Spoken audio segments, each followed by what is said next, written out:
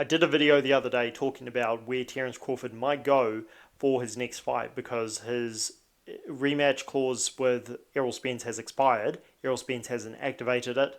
So Crawford is going to go fight elsewhere. And I speculated whether he will go to DAZN to try and chase that Canelo Alvarez fight.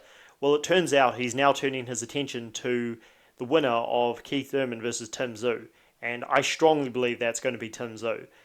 And this fight has been in talks for a while. Tszyu has even made shirts talking about how he wants to fight Terence Crawford. And I've been saying for this entire time that I admire Tszyu's willingness to fight everybody, and I admire him wanting to stay active. I really appreciate that as a boxing fan. However, it just seems like an unnecessary risk for me to take on Terence Crawford, who hasn't proven himself to be an Anthony Joshua, Canelo Alvarez type draw in boxing.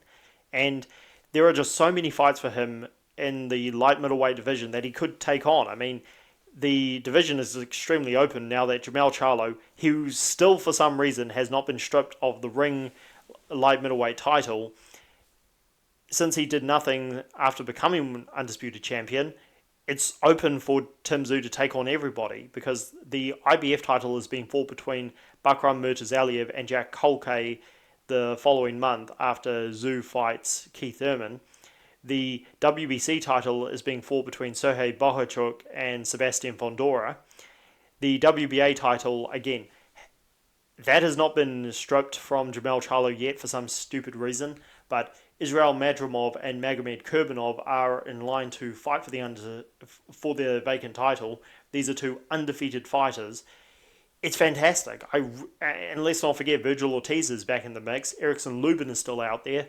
There are just so many fights in the light middleweight division. I mean, I'm just thinking, why risk it against Terence Crawford, who is a really tough matchup for Tszyu? But fighters don't get to where they are by listening to people like me. They get to where they are by listening to themselves and training the best they can. And Tszyu is hungry. He is motivated. So who am I really to say he shouldn't take the fight? And if he wins, oh boy, the world is his oyster.